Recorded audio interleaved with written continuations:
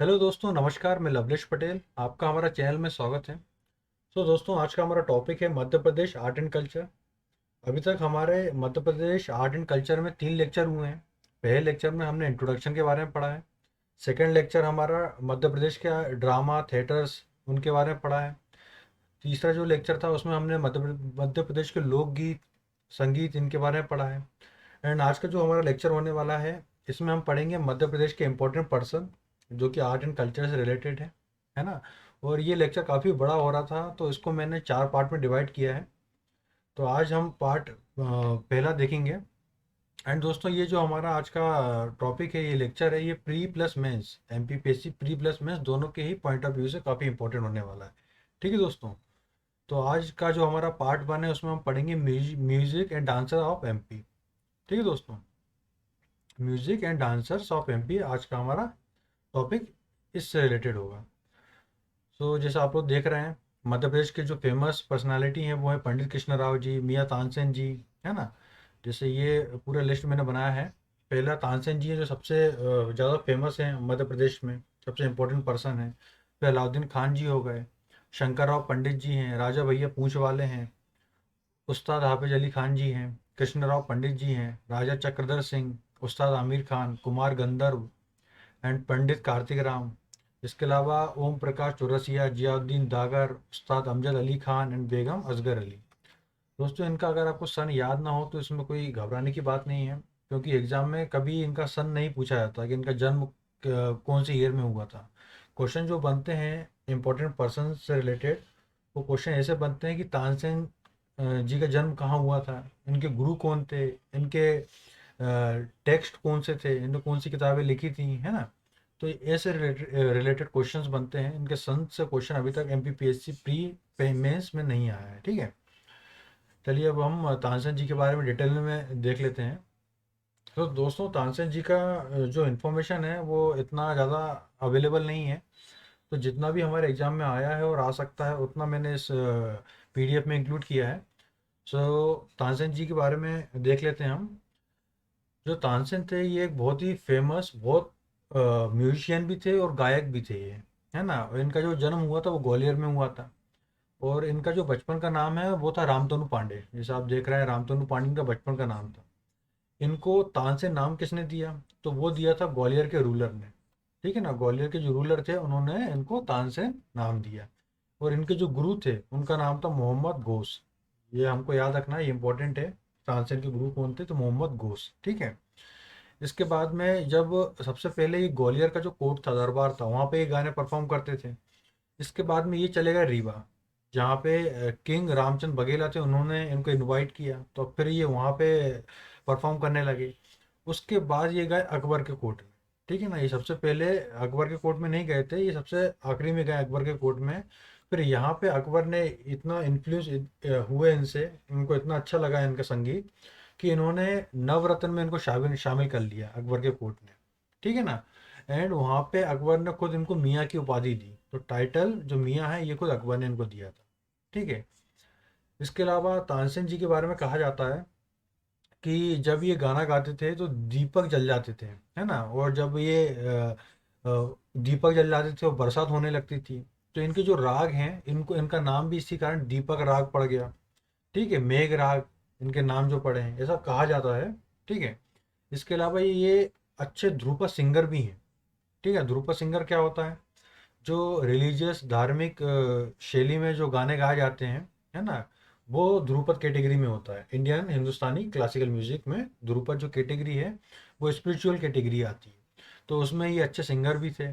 इसके अलावा इन्होंने जो किताबें लिखी हैं, वो है संगीत सार एंड राजमाला। ये इन्होंने किताबें लिखी जो हमको याद रखना एग्जाम के लिए। एंड इसके अलावा आप इन्होंने सरोद जो इंस्ट्रूमेंट है, जो आज के टाइम पे हर क्लासिकल कार्नाटिक म्यूजिशियन जो है वो ये प्ले करता है, ये इन्हीं इन्हीं ने इन्वेंट किया था। ठीक है ना, तानसेन जी ने सरोद इंस्ट्रूमेंट इन्वेंट किया था। एंड जो इनका मकबरा है वो ग्वालियर में स्थित है। अभी ये इतने फेमस थे कि मध्य प्रदेश गवर्नमेंट ने इनके नाम से इनको ऑनर करने के लिए तानसेन अवार्ड घोषित किए 1980 में। जो भी मध्य प्रदेश में अच्छा काम किया, जिसने म्यूजिक में ख्याति प्राप्त करी है, तो उनको तानसेन अवार्ड दिया जाने लगा। इसके अलावा इनकी याद में तानसेन फेस्टिवल ही मनाया जाता है हर साल ग्वालियर में। कहाँ पे? जो इनका मकबरा है वहाँ पे, है ना। तो तानसेन जी के बारे में ये इंपॉर्टेंट है। तो दोस्तों एक बार रिवीजन कर लेते हैं। तानसेन जी नवरत्न थे अकबर के कोर्ट में, ठीक है। इनका जन्म ग्वालियर में हुआ था। इनका बचपन का नाम रामतनु पांडे था, और इनको तानसेन नाम दिया था रूलर ऑफ ग्वालियर। इनका नाम नहीं मिला है हमको, तो रूलर ऑफ ग्वालियर ने इनको नाम दिया तानसेन। इनके जो मेंटर थे, गुरु थे, वो थे मोहम्मद गौस, ठीक है। इसके अलावा इनको मियाँ की उपाधि दी थी अकबर ने, ठीक है ना। इतना हमको इम्पोर्टेंट है, ये याद रखना एग्जाम के लिए। इसके अलावा इन्होंने जो बुक्स लिखी थी उनका नाम है संगीत सार एंड राजमाला। ये आप याद रखना, एग्जाम में अगर क्वेश्चन आ रहा है संगीत सार के ऑथर कौन है, लेखक कौन है, और ऑप्शन में आ जाए तानसेन हो गया, और 3 ऑप्शन और आ जाए, तो हमको मालूम होना चाहिए कि आंसर इसका करेक्ट तानसेन है, ठीक है। इसके अलावा तानसेन अवार्ड मध्य प्रदेश में म्यूजिक में सब सर्वश्रेष्ठ अवार्ड है ना। तो ये भी इनके ऑनर के लिए गवर्नमेंट देने लगी, ठीक है। चलिए आगे बढ़ते हैं। अब सेकंड फेमस पर्सनालिटी हैं, जो मशहूर हस्ती हैं, वो है अलाउद्दीन खान, जो कि मध्य प्रदेश से जुड़े हुए हैं। ये फेमस सरोद प्लेयर थे। सरोद इंस्ट्रूमेंट जो कि तानसेन जी ने इन्वेंट किया था। तो ये काफ़ी अच्छे सरोद प्लेयर थे।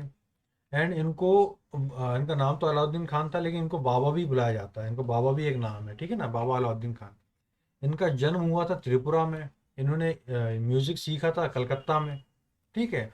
और एमपी में ये जो राजा थे उस टाइम पे, ब्रजनाथ सिंह मैयर में, उन्होंने इनको इनवाइट किया था। ये इतना अच्छा सरोद प्ले करते थे कि इनको इनवाइट किया था कि आप आके हमारे दरबार में परफॉर्म कीजिए।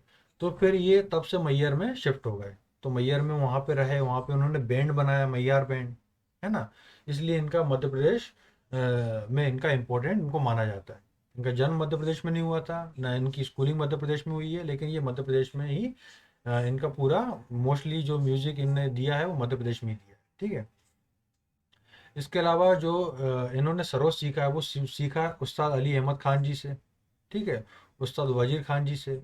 और जो ध्रुपद सीखा है इनने वो सीखा दाबाव और मोहरावान जी से, ठीक है। ये इतना इम्पोर्टेंट नहीं है, क्योंकि जब मेंटर गुरु कोई एक होते हैं या उससे जुड़ा हुआ कुछ यूनिक चीज़ होती है तब एग्जाम में आता है। यहाँ पे इन्होंने काफ़ी लोगों से सीखा है, तो ये इतना इम्पोर्टेंट नहीं है ना, अभी तक ऐसा आया है, ठीक है। इसके अलावा सरोद के अलावा ये शहनाई भी बजा लेते थे, फ्लूट, वायोलिन, पखावज, ये भी इनको बजाना आता था, ठीक है। लेकिन ये जो इनका जो एक्सपर्ट थे, ये वर्ल्ड फेमस थे, वो सरोद के लिए ही थे, ठीक है। इसके अलावा इन्होंने परंपरा, जो ट्रेडिशन है, कल्चर है, उस पर तो ध्यान दिया ही, जो अपना म्यूजिक है उस पर, लेकिन इनोवेशन पे भी इन्होंने ध्यान दिया। और ये पूरा विश्व घूमे हैं, जो ये अलाउद्दीन खान जी हैं। ये ऐसा नहीं कि इंडिया में ही ये फेमस थे, ये पूरे विश्व में इनने परफॉर्मेंस दी है और काफ़ी फेमस थे। और जब ये पूरा वर्ल्ड घूमे तब इनको नाम दिया गया बाबा का, ठीक है ना। ये बाबा जो नाम दिया हुआ है, जब इन्होंने काफ़ी परफॉर्मेंस की है, काफ़ी ख्याति इनको विश्व में मिली, तब इनका नाम बाबा, इनको टाइटल दिया गया। इसके अलावा इन्होंने कुरान शरीफ भी पढ़ी हुई थी और भागवत गीता भी पढ़ी हुई थी। तो आप सोच सकते हैं कितने सेकुलर थे। और ये माँ शारदा के ग्रेट भक्त थे। माँ शारदा के भक्त, मैयर में माँ शारदा का शक्तिपीठ है जैसा हम जानते हैं, तो उनके ये भक्त भी थे। ये इतना इंपॉर्टेंट नहीं है एग्जाम के लिए, है ना। इसके अलावा अलाउद्दीन खान, जब फर्स्ट वर्ल्ड वॉर हुआ था विश्व में, तो काफ़ी लोगों की डेथ हो गई थी, ठीक है ना। और इंडिया में काफ़ी बीमारियां फैल गई थी। तो इन्होंने क्या किया था, इन्होंने 28 बच्चे थे अनाथ, उनको गोद ले लिया था, और फिर उनको म्यूज़िक ट्रेन किया, म्यूज़िक सिखाया उनको।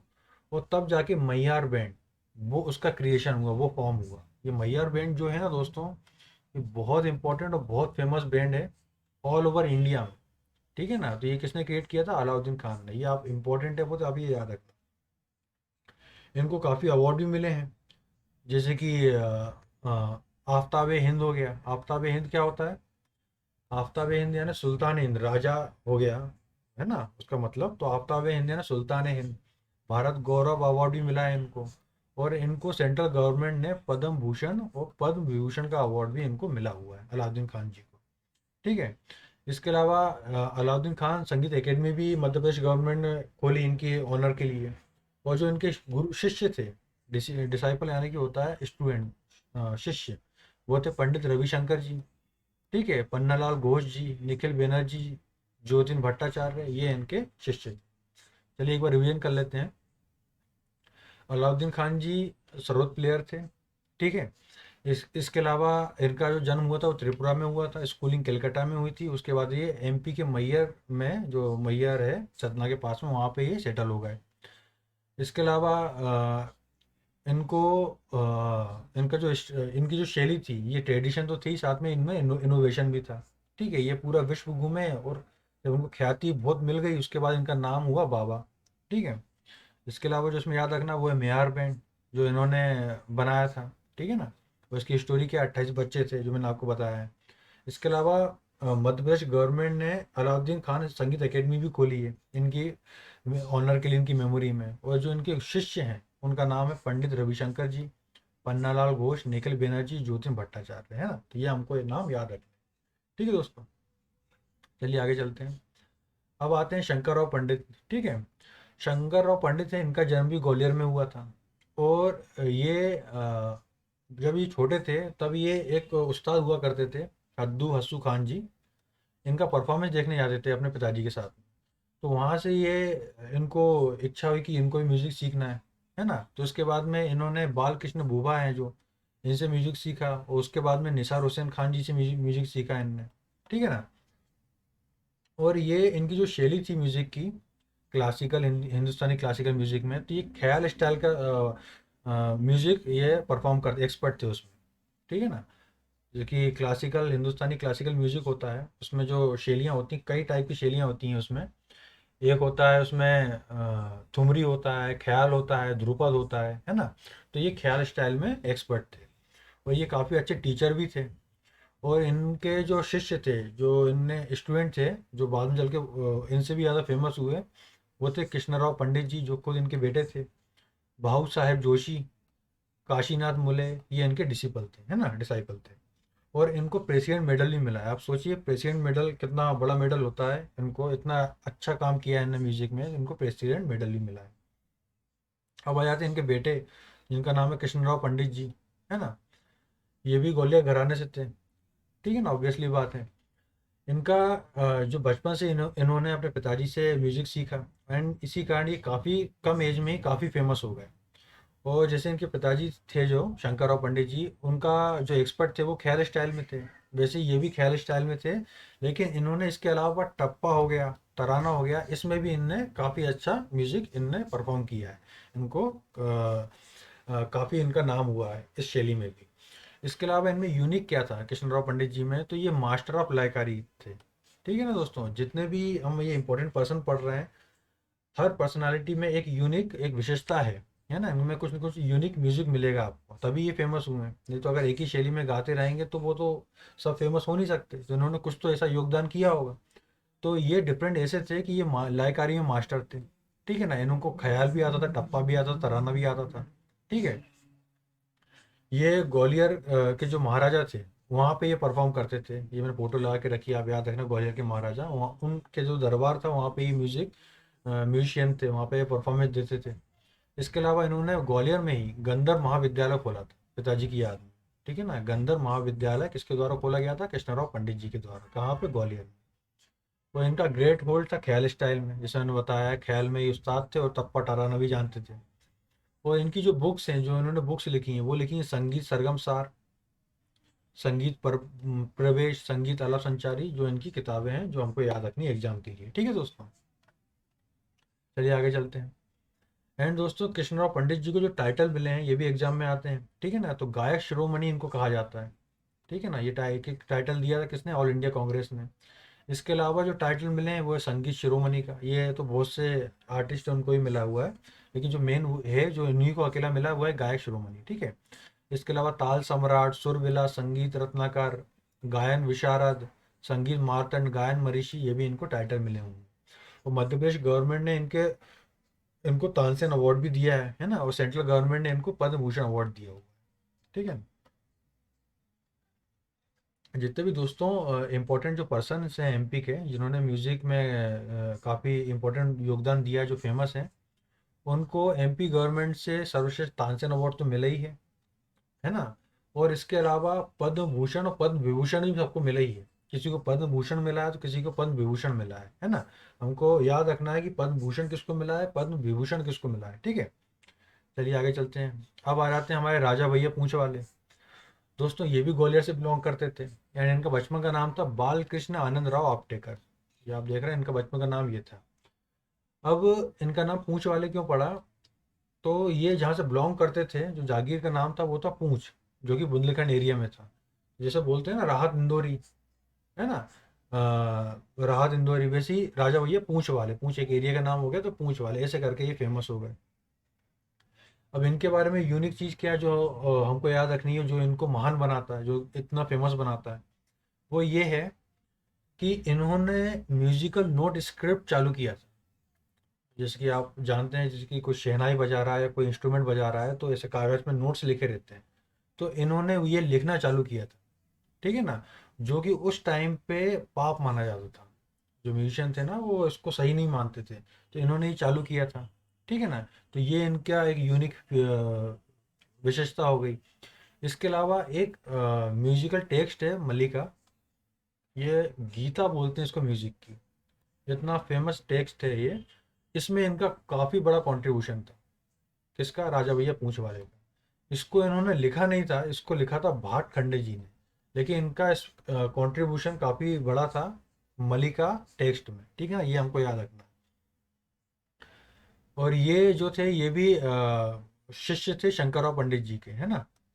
शंकरराव पंडित जी जो हमने सेकंड थर्ड जो नंबर था मैं बता देता हूँ, कृष्णराव पंडित जी के जो पिताजी हैं शंकरराव पंडित जी, उनके ये शिष्य थे, है ना, राजा भैया पूंछ वाले। एंड इसके अलावा जो इन्होंने मलिका जो है, जो भाट खंडे जी ने लिखा है, उसमें इनका कंट्रीब्यूशन तो रहा ही, साथ में इन्होंने कुछ और खुद के भी टेक्स्ट लिखे, जैसे कि तान मलिका, ये एग्जाम में आया हुआ है, ठीक है ना। तान मलिका किसके द्वारा लिखा गया है, ध्रुपद, धमार गायकी, ठुमरी, तरंगिनी, संगीतोपासना, ये सब इनके टेक्स्ट है जो इन्होंने खुद लिखे हैं, ठीक है ना। चलिए आगे चलते हैं। उस्ताद हाफिज अली खान जी, दोस्तों ये एक बहुत ही फेमस सरोद प्लेयर थे, ठीक है ना। सरोद भले इन्वेंट तानसेन जी ने किया था, लेकिन उसको बजाना जो है उसमें ये बहुत फेमस हुए, उस्ताद हाफिज अली खान जी, ठीक है ना। ये बंगास घराना से थे, जुड़े हुए थे। बंगास घराना फेमस ही था सरोद प्लेयर्स के लिए, है ना। और ये इनका जो बचपना, ये बड़े हुए, ये भी सरोद प्लेयर जितने थे उन्हीं के बीच में बड़े हुए, ठीक है ना। तो ये काफ़ी अच्छे सरोद प्लेयर उस टाइम के थे। अब इनमें विशेषता क्या थी, विशेषता ये थी कि इनकी जो शैली थी गाने की, वो क्रिस्टल क्लियर टोन थी इनकी, है ना। और लिरिक्स इनके बहुत खूबसूरत हुआ करते थे। इनका विशेषता ये थी कि लिरिकल ब्यूटी थी इनकी म्यूजिक में, एंड क्रिस्टल क्लियर टोन थी, ठीक है ना। और जो इनकी शैली थी गाने की, वो संगीत की जो शैली थी वो थी ठुमरी, जो है क्लासिकल, हिंदुस्तानी क्लासिकल म्यूजिक का फॉर्म है जो ठुमरी, उससे रिलेटेड थी, ठीक है ना। एंड इन्होंने जो लेसन्स लिए हैं म्यूज़िक के, जो सीखा है, वो इन्होंने अपने जो कजिन थे इनके अब्दुल्ला खान जी, उनसे सीखा है। उसके बाद इन्होंने सीखा वाजिर खान जी जो रामपुर से थे। इसके अलावा इन्होंने ध्रुपद जो सीखा है, वो ध्रुपद एंड ठुमरी जो सीखा है वो गणेश लाल मिश्रा एंड भैया गणपत राव जी से सीखा है, ठीक है। दोस्तों ये नहीं आएगा, जैसे मैंने अभी बताया कि जब ज़्यादा मेंटर हो जाए, गुरु हो जाए, तो उससे रिलेटेड क्वेश्चन नहीं बनते, है ना। तो इतना इंपॉर्टेंट नहीं है, लेकिन फिर भी हम लोग पढ़ रहे हैं। इसके अलावा ये ग्वालियर के जो महाराजा थे, वहाँ पे कोर्ट म्यूजिशियन थे, राग दरबारी जो थे, ये उस्ताद हाफिज अली खान जी थे, ठीक है। एंड इनको, इनके बारे में एक और चीज़ है जो हमको याद रखनी है कि वाइस रॉय जो थे, जब ब्रिटिश का रूल था इंडिया पे, उन्होंने इनके एक कंपोजिशन था गॉड सेव द किंग, ये नाम याद रखना, ये इंपॉर्टेंट है। God save the king composition के लिए वाइस रॉय ने उनको अप्रिशिएट किया था। ये अब हमको याद रखना है, किसको, हाफिज अली खान जी को। एंड जो ग्वालियर के महाराजा थे जहाँ पे ये परफॉर्मेंस करते थे, उन्होंने इनको जो टाइटल दिए थे वो थे संगीत रत्नाकर एंड आफ्ताब सरोद, ठीक है ना। आफ्ताब सरोद आप समझ गए होंगे, सुल्तान सरोद, सरोद में सबसे अच्छे ये सरोद प्लेयर थे। इसके अलावा जो सेंट्रल गवर्नमेंट है, उन्होंने इनको पद्म भूषण भी दिया 1960 में, ठीक है। एंड संगीत नाटक एकेडमी है, उन्होंने भी इनको अवार्ड दिया है, संगीत नाटक एकेडमी ने। इसके अलावा इन्होंने क्या किया था, इन्होंने एक परफॉर्मेंस में 5 घंटे कंटिन्यूसली सरोद प्ले किया था कलकत्ता में, जो कि उस टाइम पे बहुत बड़ी बात हुआ करती थी, ठीक है ना, तो ये इनके अचीवमेंट है। इसके अलावा इनकी 84 की एज में डेथ हो गई थी। ठीक है ना, और इनके नाम पे दिल्ली में एक रोड भी है।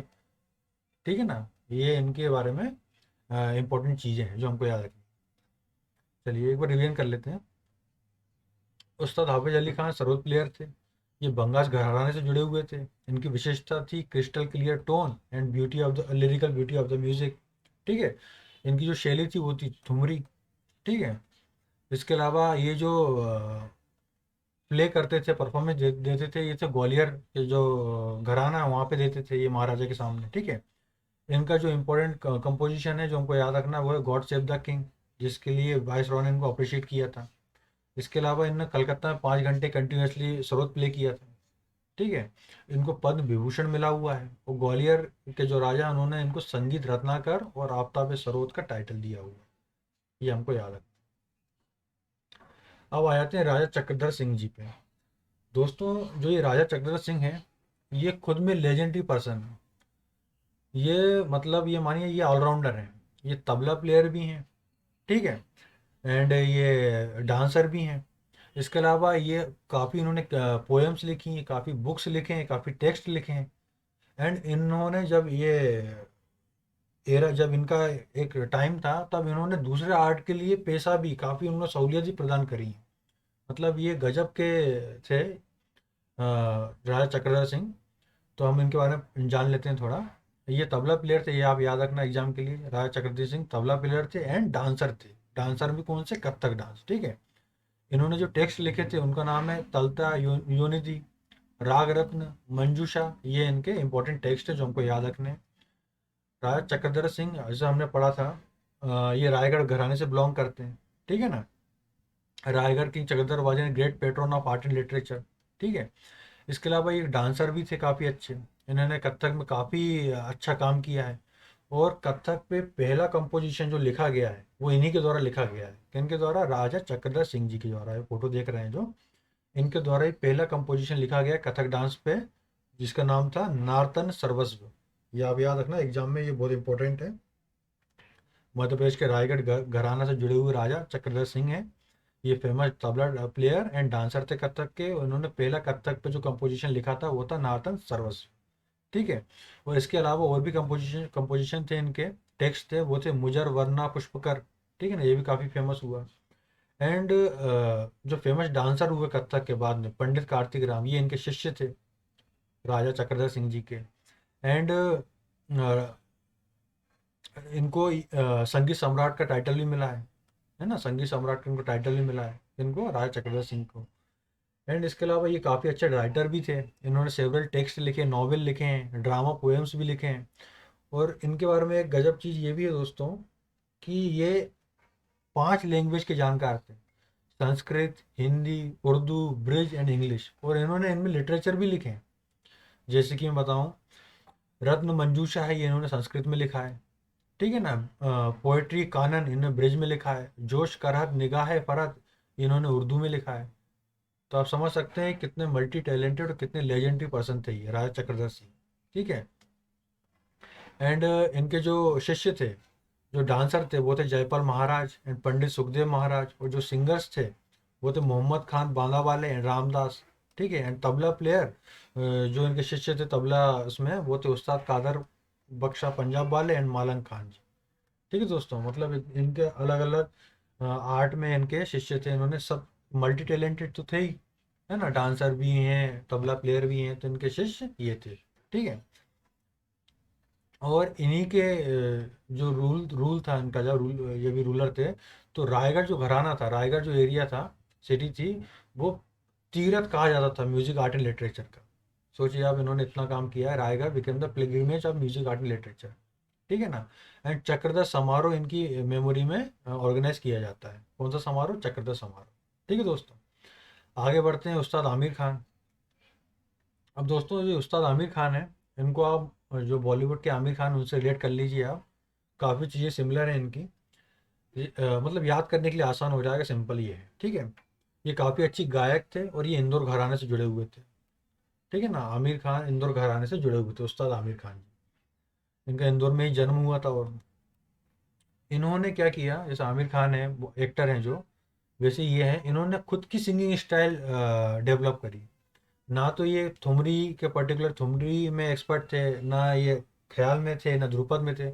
इन्होंने खुद की एक शैली डेवलप करी, ठीक है ना, जो कि ध्रुपद और ख्याल को मिला के बनाई गई थी। सोचिए आप कितने इनोवेटिव थे ये। इन्होंने खुद की शैली डेवलप करी उस्ताद आमिर खान जी ने, ठीक है। इसके अलावा इन्होंने काफ़ी मूवीज़ में सॉन्ग गाए हैं, जैसे कि बेजू बावरा हो गया, झनक झनक पायल बाजे, ठीक है ना। तो ये मूवीज़ में भी इन्होंने गाने गाए हैं। तो अगर एग्जाम में अगर क्वेश्चन बनता है कि अगर बेजू बावरा मूवी में कौन से एमपी के ऐसे प्रमुख हस्ती थे जिन्होंने संगीत दिया है, तो वो है उस्ताद आमिर खान जी, ठीक है ना। इसके अलावा जो इनके शिष्य थे, स्टूडेंट थे, वो थे पंडित अमरनाथ सिंह, मुकुंद गोस्वामी एंड कमला दास जी, ठीक है। एंड 1967 में आमिर खान जी को संगीत कला नाटक एकेडमी से अवार्ड भी दिया गया, ठीक है। और इनको सेंट्रल गवर्नमेंट ने पद्म भूषण का भी अवार्ड दिया था 1971 में।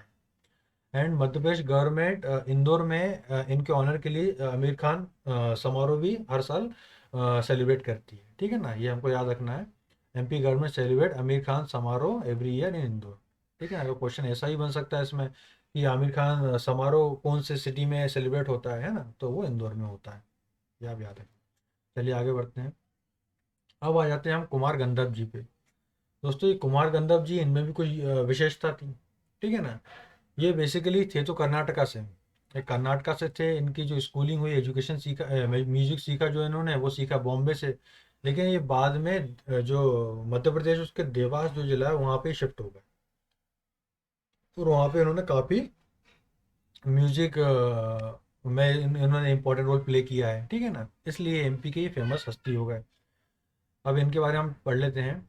तो कुमार गंधर्व जी का जो नाम है वो था शिवपुत्र सिंधानाप्पा कोनकाली जी, ठीक है ना। ये हिंदुस्तानी क्लासिकल सिंगर है।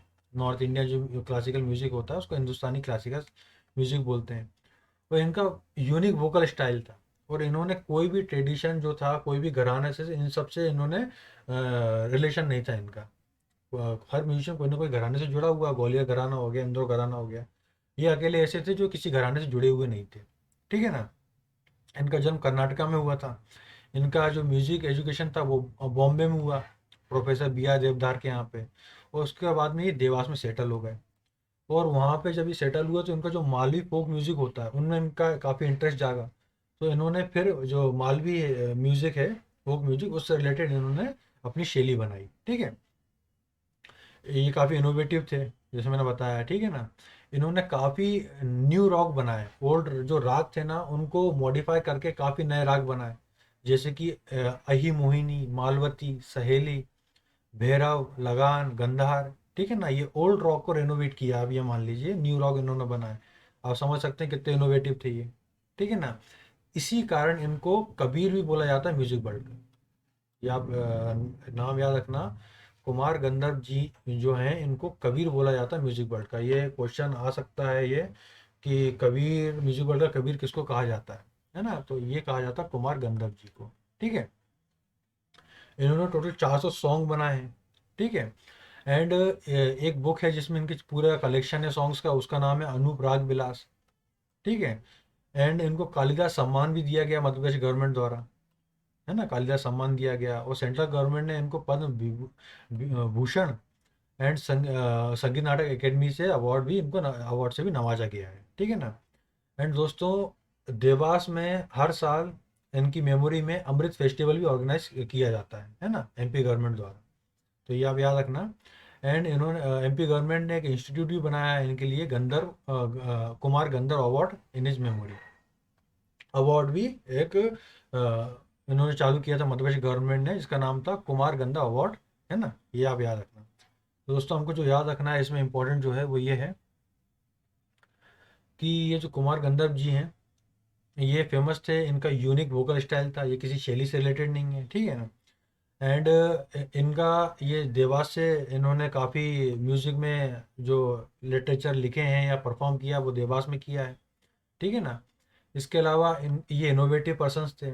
इन्होंने ओल्ड रॉक को नया राग बनाया है, और ओल्ड राग जो थे, पुराने राग थे, वो उनके नाम ये हैं अई मोहिनी, मालवती, सहेली, भैरव, लगान, गंधार, है ना। और इनको कबीर ऑफ म्यूजिक वर्ल्ड भी कहा जाता है ना, म्यूजिक वर्ल्ड का कबीर भी कहा जाता है। इन्होंने टोटल 400 सॉन्ग लिखे हैं, और वो किस बुक में है, वो है अनूप राग विलास में, ठीक है ना। बुक का नाम है अनुराग विलास।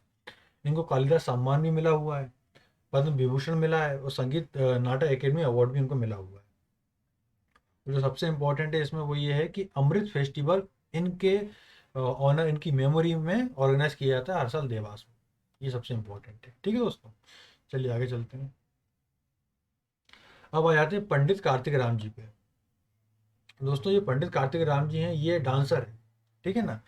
ये बेसिकली ये छत्तीसगढ़ के बिलासपुर से बिलोंग करते थे। एंड ये एक्सपर्ट थे गम्मात में। गम्मात जैसा हमने पढ़ा था लोक नृत्य में कि मध्य प्रदेश के कुछ पार्ट में भी गम्मात परफॉर्म होता है, बेसिकली छत्तीसगढ़ का है ये। तो ये जो गम्मात है, जो राजा चक्रधर सिंह थे, जो रायगढ़ घराने से बिलोंग करते थे, या फोटो देख रहे हैं, इन्होंने इनका गम्मात का परफॉर्मेंस देखा, उससे ये इम्प्रेस हुए। है ना, पंडित कार्तिक राम जी का जो परफॉर्मेंस था गम्मात का, वो देखा राजा चक्रधर सिंह ने, उससे ये इम्प्रेस हुए। फिर उन्होंने उनको कथक में ट्रेनिंग दी। किसको दी? पंडित कार्तिक राम जी को, राजा चक्रधर सिंह जी ने। ठीक है ना। उसके बाद जो ये पंडित कार्तिक राम जी थे, इन्होंने एक ग्रुप बनाया जिसमें दो लोग थे, इनकी टीम थी, जो कार्तिक राम और कल्याण दास। और इन दोनों ने कथक के इतने परफॉर्मेंस विश्व भर में किए कि ये बहुत फेमस हुए। ठीक है ना। एंड इसके अलावा ये भजन भी बहुत अच्छा गाते थे, गजल भी, और ठुमरी सिंगर भी थे। ठुमरी जो शैली है वो भी ये परफॉर्म करते थे। तो जो पंडित कार्तिक राम जी हैं, बेसिकली एमपी से नहीं है, लेकिन एमपी में इनका काफ़ी लंबा समय बीता है और काफ़ी इन्होंने डोमिनेट रोल भी प्ले किया है। ठीक है दोस्तों, चलिए अब दोस्तों मेन हमारे जितने भी म्यूजिशियन डांसर्स थे वो हो गए हैं, इसके अलावा भी हम देख लेते हैं। तो ओम प्रकाश चौरसिया जी हैं, ये भी काफ़ी ख्याति इनको मिली देश विदेश में। और ये संतूर प्लेयर थे। ठीक है ना, संतूर प्लेयर थे ये। संतूर ये होता है दोस्तों, ये फोटो देख रहे हैं ना, ये संतूर है ये। ठीक है, इनको भी काफ़ी अवार्ड मिले हैं। ठीक है, उसके बाद आते हैं जियाउद्दीन दागर जी, ये ध्रुपद सिंगर हैं। ठीक है ना, काफ़ी फेमस ध्रुपद सिंगर हैं। और इन्होंने भी काफ़ी कंट्रीज़ में परफॉर्म किया है। ठीक है, ये कंट्रीज़ के नाम है इटली, हॉलैंड, स्वीडन। इसके बाद आते हैं उस्ताद अमजद अली खान जी, जो कि फेमस सरोद प्लेयर हैं। है ना। और यही इन्होंने 12 साल की उम्र में पहला सोलो परफॉर्मेंस दिया था, जो इनके बारे में विशेषता है। Khan gave his first solo performance at the young age of 12 year. है ना, मतलब इतने अच्छे सरोद प्लेयर हैं, सोचिए आप। काफ़ी उनको इंटरनेशनल फेम भी मिला है और उन्होंने काफ़ी अवार्ड भी जीते हैं, उनको पद्म भूषण भी मिला है, उस्ताद अमजद अली खान जी। इसके अलावा आते हैं बेगम असगरी बाई जी, ये फेमस क्लासिकल सिंगर हैं। है ना, इनको तानसेन अवार्ड मध्य प्रदेश गवर्नमेंट ने दिया है। इसके अलावा शिखर सम्मान और पद्मश्री सेंट्रल गवर्नमेंट से ही मिला है। ठीक है दोस्तों, तो ये हमारे पूरे म्यूजिशियंस एंड डांसर्स हो जाते हैं। अब दोस्तों इनका हम एक बार रिवीजन कर लेते हैं। तो सबसे पहले हमने पढ़ा था तानसेन जी के बारे में, जो ग्वालियर से बिलोंग करते हैं। और इनका जो स्टाइल है क्लासिकल म्यूजिक में, वो था ध्रुपद एंड सरोद, ये प्ले करते थे। इन्होंने इन्वेंट भी किया था सरोद। ठीक है ना। और इम्पोर्टेंट इनके बारे में ये कि नवरत्न थे अकबर के। ठीक है ना, अकबर ने इनको मियाँ की उपाधि भी दी थी। है ना। बचपन का नाम रामतनु पांडे था, फिर ग्वालियर के जो राजा थे उन्होंने इनको तानसेन का नाम दिया, अभी हमने पढ़ा। ठीक है। इसके अलावा वो आते हैं अलाउद्दीन खान जी पे, ये मैयर से बिलोंग करते थे। इनका जन्म त्रिपुरा में हुआ था, म्यूजिक सीखा था इन्होंने कलकत्ता में। एंड उसके बाद ये मैयर में स्टेब्लिश हो गए थे। ठीक है ना। ये सरोद प्लेयर थे अलाउद्दीन खान जी, और इन्होंने मैयार बैंड स्टेब्लिश किया था, जो बहुत इंपॉर्टेंट है। 28 बच्चे इन्होंने अनाथ बच्चों को सिखाया था। है ना। इसके बाद आते हैं शंकरराव पंडित जी, जो कि ग्वालियर से बिलोंग करते थे। ये ख्याल में एक्सपर्ट थे, इनको प्रेसिडेंट मेडल भी मिला है। इसके अलावा आते हैं राजा भैया पूंछ वाले। है ना, ये इन्हीं के शिष्य थे। ये ग्वालियर से ये भी बिलोंग करते थे, और ये तान और थुमरी में एक्सपर्ट थे। इन्होंने तान मलिका लिखा है। है ना। और जो मलिका है, जो इन्होंने नहीं लिखा है लेकिन उसमें स्पेशल कंट्रीब्यूशन है, जिसको गीता म्यूजिक भी कहा जाता है। ठीक है ना, राजा भैया पूंछ वाले। इसके बाद आते हैं उस्ताद हाफिज अली खान जी, जो कि फेमस सरोद प्लेयर थे। ये भी ग्वालियर से बिलोंग करते थे, और इनको आफ्ताब सरोद का टाइटल मिला हुआ है। ठीक है ना, उस्ताद हाफिज अली खान जी। इसके बाद आते हैं कृष्णराव पंडित जी, जो कि इनके बेटे हैं। है ना। ये भी ग्वालियर से बिलोंग करते थे, और ये भी ख्याल में, जिसके इनके पिताजी ख्याल में एक्सपर्ट थे, वैसे ये भी ख्याल में एक्सपर्ट थे। इसके अलावा इनको थुमरी भी आता था। ठीक है ना। इनको गायक शिरोमणि का टाइटल मिला हुआ है। इसके बाद आते हैं राजा चक्रधर सिंह जी, ये मैंने बताया काफ़ी लेजेंड थे ये। इनको काफ़ी कुछ आता था, ये तबला भी जानते थे, कथक भी जानते थे। है ना, रायगढ़ घराने के फाउंडर थे ये। ठीक है ना। एंड उसके बाद आते हैं उस्ताद आमिर खान जी, जिसको हमने आमिर खान एक्टर से रिलेट किया था। ये यूनिक स्टाइल थी, ये किसी बाउंडेशन में किसी घराने से रिलेशन नहीं थे इनके। ये इंदौर से बिलोंग करते थे, एंड इंदौर घराने के फाउंडर थे।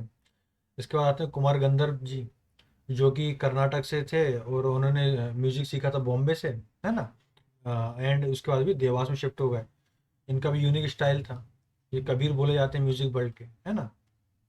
इसके बाद आते हैं पंडित कार्तिक राम जी, जो कि बिलासपुर से थे, डांसर थे, गम्मात में ये स्पेशलाइज थे। उसके बाद में इन्होंने कथक सीखा, किससे? राजा चक्रधर सिंह जी से सीखा, है ना। इनसे इन्होंने कथक सीखा और वर्ल्ड फेम उनको मिला कथक में, रायगढ़ घराने से ही जुड़े हुए थे। तो दोस्तों ये हमारा आज पहला पार्ट हो गया है कंप्लीट। उम्मीद करता हूँ आपको ये लेक्चर पसंद आया होगा। एंड इसमें अगर आपको कोई भी डाउट हो, कुछ क्वेरी हो, कुछ भी आपको पूछना हो, तो आप मुझसे कमेंट बॉक्स में पूछ सकते हैं। ठीक है दोस्तों, तो मिलते हैं हमारे अगले लेक्चर में। तब तक के लिए गुड बाय, जय हिंद।